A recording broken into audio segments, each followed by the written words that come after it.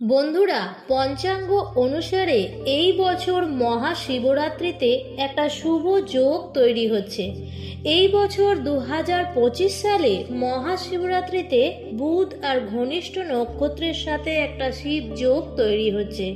তো এই শুভ যোগের কারণে এই মহাশিবরাত্রি অধিক গুরুত্বপূর্ণ হতে চলেছে। তো বন্ধুরা, আজকের এই ভিডিওটিতে এমন দুটি গাছের কথা জানাবো, এই গাছের শিকড় মহাশিবরাত্রিতে ধারণ করলে অনেক বেশি লাভবান হবেন, অনেক বেশি উপকার মিলবে। যেমন যাদের সন্তান নেই তারা সন্তান পাবেন, যাদের ধনের অভাব রয়েছে তাদের অর্থ প্রাপ্তি হবে। আর বন্ধুরা, যে সকল মানুষ ভূত প্রেত এবং অশুভ সমস্যায় ভুগছেন তারা এই ধরনের সমস্যার হাত থেকে মুক্তি পাবেন। বন্ধুরা, মহাশিবরাত্রি কেন পালন করা হয়? পৌরাণিক কথা অনুসারে এই মহাশিবরাত্রির দিন ভগবান শিব মাতা পার্বতীকে বিবাহ করেছিলেন। এই মহাশিবরাত্রির দিন যখন দেবী গঙ্গা এই পৃথিবীকে নষ্ট করার জন্য বিশাল জলধারা নিয়ে প্রবাহিত হয়ে আসছিলেন, তখন ভগবান শিব মাতা গঙ্গাকে তার নিজের জটাতে ধারণ করেছিলেন।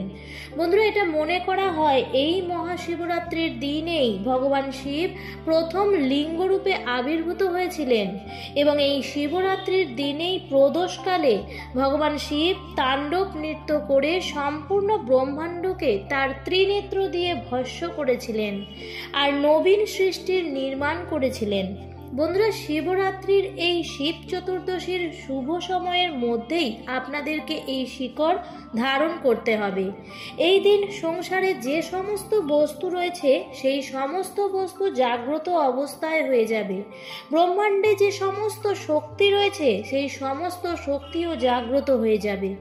কেননা বন্ধুরা, এই সমগ্র সংসারকে যিনি ভরণ পোষণ করেন, এই সমস্ত সংসারকে যিনি চালান, তিনিই হলেন ভগবান শিব।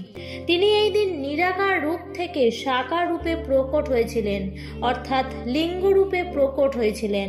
বন্ধুরা, যদি কোনো মানুষ এই শিবরাত্রি ব্রত রেখে কোনো জিনিস শিবলিঙ্গে স্পর্শ করায় তাহলে ওই বস্তু কিন্তু সিদ্ধ হয়ে যাবে, এবং কোনো ব্যক্তি যদি ব্রত রেখে শিবলিঙ্গে স্পর্শ করে তাহলে ওই ব্যক্তির জন্ম জন্মান্তরের পাপ বিনষ্ট হয়ে যায়, আর এমন ব্যক্তি মৃত্যুর পর পরম ধাম লাভ করবেন। বন্ধুরা, ভগবান শিবের অনেক ভক্ত রয়েছেন, ভূত প্রেত পিশাচ, আর এই মহাশিবরাত্রির দিন ভগবান শিবের এই সব ভক্তরা জাগ্রত অবস্থায় থাকে। এই মহাশিবরাত্রির দিন 12টার সময়, হ্যাঁ বন্ধুরা, রাত 12টার সময় যদি কোনো জিনিস শিবলিঙ্গে স্পর্শ করাতে পারেন তাহলে সেই জিনিস কিন্তু সিদ্ধ হয়ে যাবে।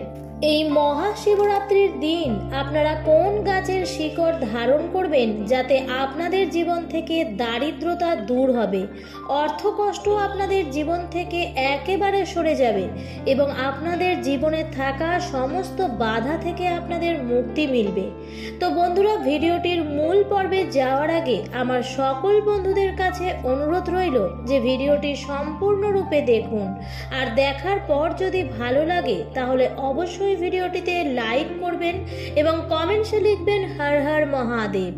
বন্ধুরা, মহাশিবরাত্রির দিন আপনারা প্রথম যে গাছের শিকড় ধারণ করবেন সেই গাছটি হলো শিবলিঙ্গি গাছ। এই গাছের শিকড় ধারণ করা অত্যন্ত শুভ। যারা যারা আর্থিক ও পারিবারিক বিভিন্ন সমস্যায় ভুগছেন তাদের অবশ্যই এই মহাশিবরাত্রির দিন এই গাছের শিকড় ধারণ করা উচিত, কারণ এই গাছটি স্বয়ং ভগবান শিবের স্বরূপ। বন্ধুরা, প্রথমেই আপনাদেরকে বলি, এই গাছের শিকড় তুলে প্রথমেই আপনারা বাড়িতে নিয়ে আসবেন এবং ভালো করে গঙ্গার জল দিয়ে ধুয়ে সিদ্ধ করে নেবেন। তারপর শিবলিঙ্গে স্পর্শ করিয়ে এই শিকড় আপনাদেরকে ধারণ করতে হবে। এই গাছটির সঙ্গে আপনারা রুদ্রাক্ষের তুলনাও করতে পারেন। রুদ্রাক্ষ পড়লে আপনারা যতটা লাভবান হবেন, যতটা উপকৃত হবেন, ঠিক ততটাই লাভবান ও উপকৃত হবেন এই শিবলিঙ্গে গাছের শিকড় যদি ধারণ করেন।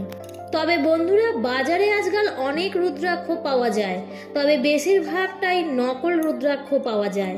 তাই আপনারা কোনটা আসল কোনটা নকল চিনতে পারবেন না। এতে আপনারা যদি নকল রুদ্রাক্ষই কিনে ফেলেন তাহলে আপনাদের অর্থ ব্যয় হয়ে যাবে।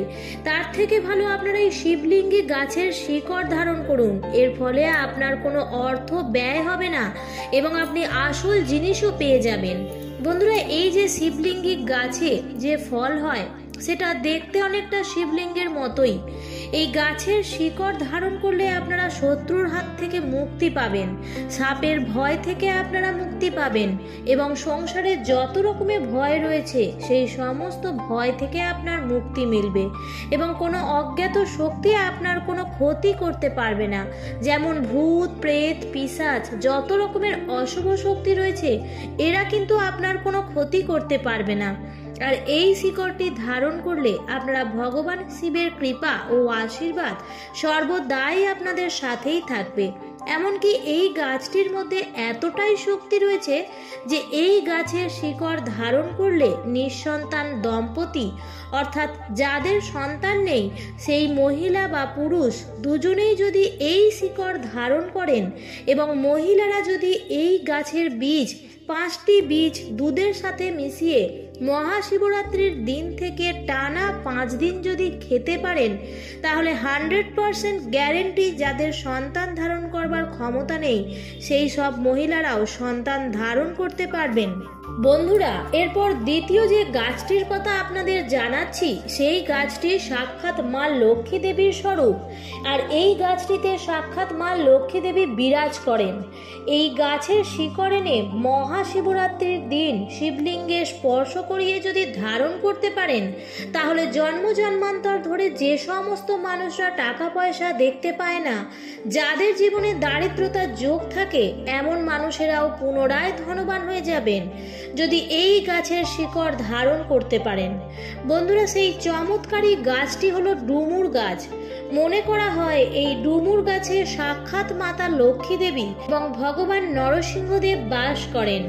বন্ধুরা, যখন হিরণ্যকশ্যপকে বধ করেছিলেন ভগবান নরসিংহদেব তার নিজের নখ দিয়ে, আর তারপর বধ করার পর নরসিংহদেবের নখে অসুরের রক্ত প্রবেশ করেছিলেন। এর ফলে নরসিংহদেবের নখে প্রচণ্ড পরিমাণে চুলকাতে শুরু করে, আর সেই চুলকানি কিছুতেই কমছিল না।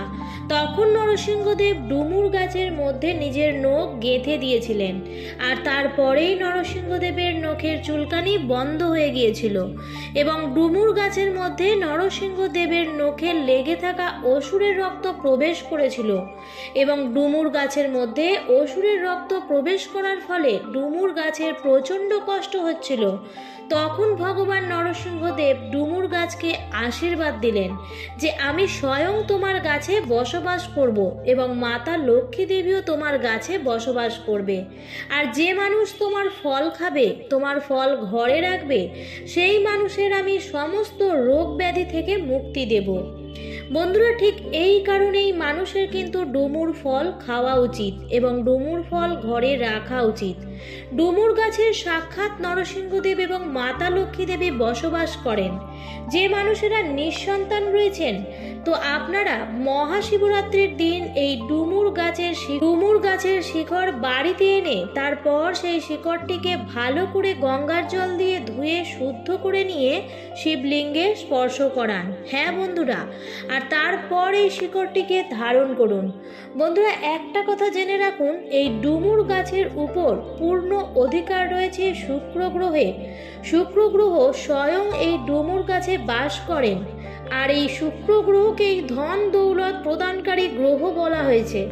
আর শুক্র গ্রহ হলেন ভগবান শিবের পরম ভক্ত। বন্ধুরা, মহাশিবরাত্রির দিন এই ডুমুর গাছের ফল আর শিকড় একটি লাল কাপড়ে বেঁধে আপনার বাড়ির সদর দরজায় ঝুলিয়ে দিন। তো বন্ধুরা, বিশ্বাস করুন আপনাদের কাছে এত অর্থ থাকবে যে তা আপনাদের ধারণার বাইরে। এর এত ভালো ফল পাবেন যা আপনারা ভাবতেই পারবেন না। যে কোনো মাধ্যমে কারোর না কারোর হাত থেকে ধন আসতেই থাকবে। এই শিকড়গুলি সঠিক উপায়ে ধারণ করলে দেবাদিদেব মহাদেবের আশীর্বাদে আপনার সমস্যার সমাধান হয়ে যাবে। আপনাদের জীবনে কোনো রকম বাধা বিপত্তি আসবে না। আর যদিও বা বাধা বিপত্তি এসেও থাকে তাহলে স্বয়ং মহাদেব তা হরণ করে নেবেন। বন্ধুরা, আজকের ভিডিওটি এই পর্যন্তই। ভিডিওটি দেখার পর যদি ভালো লাগে তাহলে অবশ্যই লাইক, কমেন্ট এবং শেয়ার করতে ভুলবেন না। এবং চ্যানেলের নতুন বন্ধু হয়ে থাকলে অবশ্যই চ্যানেলটিকে সাবস্ক্রাইব করে পাশে থাকা বেল আইকনটির অল লেখাটিতে ক্লিক করে দেবেন। আবারও দেখা হবে পরবর্তী নতুন কোনো ভিডিওতে। ভালো থাকবেন, সুস্থ থাকবেন। ধন্যবাদ।